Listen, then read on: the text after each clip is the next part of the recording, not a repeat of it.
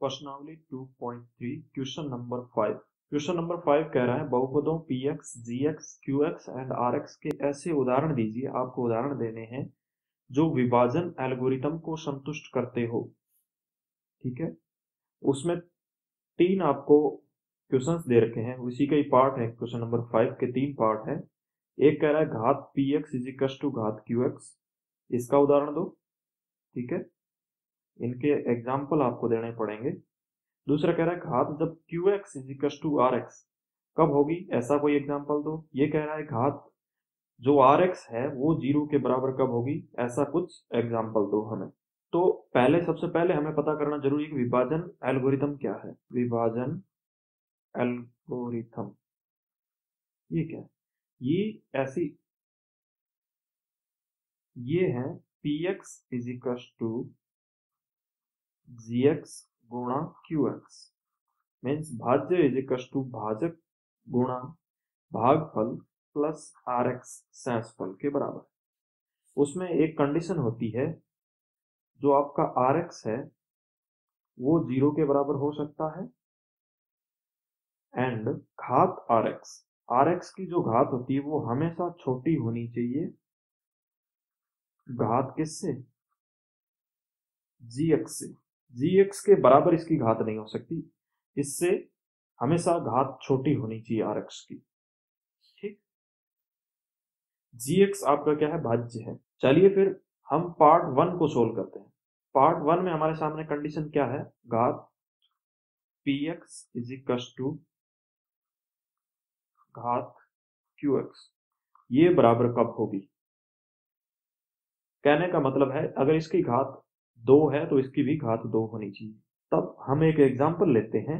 px equals to मान लेते हैं हम कि वो 4x square plus 2x plus 3 के बराबर है। ठीक है, उस कंडीशन में gx आपको हमेशा एक अचर मानना पड़ेगा, क्योंकि 2 का भाग इजीली जाएगा, इसलिए हम यहाँ 2 मान लेते हैं। gx इजिकल्स टू क्या मान लोगे आप? 2 मान लोगे। अब आपको क्या करना है? gx का भाग देना है किसमें? px में।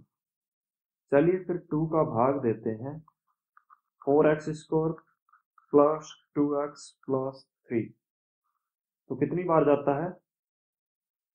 2x स्क्वायर बार जाएगा। ठीक है, इसको अचर मानना इसलिए जरूरी था क्योंकि इनकी घातें बराबर होनी चाहिए।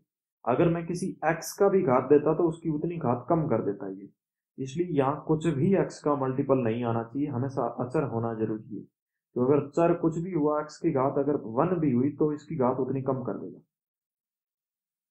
ठीक है, इसलिए ये हमेशा विदाउट x होना चाहिए। तब 2 का भाग देंगे तो क्या आ जाएगा? 2x स्क्वायर, x स्क्वायर के बराबर x स्क्वायर घात वाला आ गया। जब 2x स्क्वायर का गुणा 2 से होगा तो 4x स्क्वायर, माइनस किया तो ये कट जाएगा 0, पीछे क्या बचा? 2x प्लस 3, फिर मेरा x से मल्टीपल होगा, ये क्या हो जाएगा? 2x माइनस हो जाएगा, कट जाएगा, पीछे क्या बचेगा? 3। 3 में 2 का भाग कितनी बार जाएगा? एक बार जाएगा, 2, पीछे क्या बचेगा? 1। तो आपको rx की वैल्यू क्या मिलेगी? 1, एंड आपका qx क्या हो गया? 2x square plus x plus 1।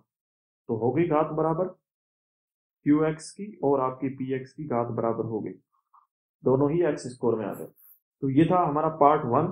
अब देखते हैं इसका पार्ट 2। पार्ट 2 में ये कह रहा है आपका जो qx है उसकी घात किसके बराबर होनी चाहिए? rx की घात के बराबर। आपको पता है formula, px is equal to gx multiply qx plus rx। अब ये कह रहा है कि इन दोनों की घातें बराबर होनी चाहिए। अगर हमें ऐसा कोई एग्जाम्पल खोजना है तब सबसे बेस्ट रहता है कि आप इन दोनों की घातें बराबर कर दो और ऐसा आंसर मिले आपको ऑटोमेटिकली कि वो अचर मिले। आपको एक फर्स्ट ट्रिक के लिए बता रही है। जैसे आपने क्या कर लिया कि px इज इक्वल टू मान लिया, px is equal to 2x square minus 2x plus 4 ये मान लिया, और आपने gx इज इक्वल टू क्या मान लिया? इसका जस्ट आधे के फॉर्म में। कैसे? x square minus x plus one, जो भी एक्स वाली घात है वो जस्ट हाफ फॉर्म में आपने ले ली। अब x square minus x plus one का भाग दोगे 2x square minus 2x plus 4, तो कितनी बार जाएगी? 2 बार जाएगी। एक्स स्क्वायर से मल्टीप्लाई होगा तो क्या आएगा? 2x square. एक्स से होगा तो क्या आएगा? Minus 2x plus 2, minus plus minus, ये कट गया, पीछे क्या बचा? 2। तो Rx आपका 2 के बराबर हो सकता है, और आपका क्या हुआ? ये Qx, ये भी 2 के बराबर हुआ। इसका मतलब जो Qx की घात है, ये लिख सकते हो आप, घात of Qx is equal to घात ऑफ Rx। Qx की घात और Rx की घात बराबर हो जाएगी, यही आंसर है। हमें यही लाना है कि Qx की और Rx की घात बराबर होनी चाहिए। इसके लिए सबसे बेस्ट आंसर है कि Px मानो उसके जस्ट आधे में इसको मान लो, और संख्या प्लस माइनस में ऊपर नीचे रख दो, ताकि घातें दोनों की बराबर हो जाए। चलिए इसी टाइप से पार्ट 3 देखते हैं। यहाँ विभाजन एल्गोरिथम लिख देते हैं। Px is equal to Gx multiply Qx plus Rx। अब ये क्या कह रहा है कि Rx आपका 0 हो, इसकी घात बोल रहा है कि इसकी घात 0 हो, ऐसा कौन सा? अभी अभी हमने जो लास्ट एग्जांपल सोल्व किया था पार्ट 2 के लिए, उसमें भी Rx की घात तो 0 ही आ रही थी। लेकिन इस बार हम किसी नए के साथ शुरू करते हैं जिसमें Rx की वैल्यू ही 0 आ जाए। कैसे? आप मान लो Px इज इक्वल टू कोई भी द्विघात समीकरण मान लो, x square plus 2x plus 1, कोई भी द्विघात समीकरण। अगर द्विघात समीकरण के उसके गुणनखंड का भाग उसमें दोगे तो भाग ऑटोमेटिकली 0 बार जाएगा। जैसे इसका गुणनखंड x प्लस 1 है, तो इसका मैं इसमें भाग दूंगा तो हमें ऑटोमेटिकली Rx की वैल्यू 0 मिलेगी। चलिए फिर भाग देते हैं। x प्लस 1 का अगर मैं भाग दूंगा x square plus 2x plus 1, या आप अपने मन से भी कुछ भी मान सकते हो, लेकिन मैंने ये मान लिया। तो कितनी बार जाएगा x? क्या आ जाएगा? एक्स स्क्वायर प्लस x, ये कट गया, पीछे क्या बचा? x प्लस 1, तो आपका प्लस 1 बार जाएगा, और ये x प्लस 1 आ जाएगा, और ये भी आपस में कट के 0 में गया। तो Rx की घात 0 हो गई। सबसे बेस्ट है कोई भी द्विघात समीकरण पकड़ो, तब Rx की वैल्यू हमेशा 0 ही आएगी। इसने तो घात 0 बोला, तो घात भी 0 है यहाँ।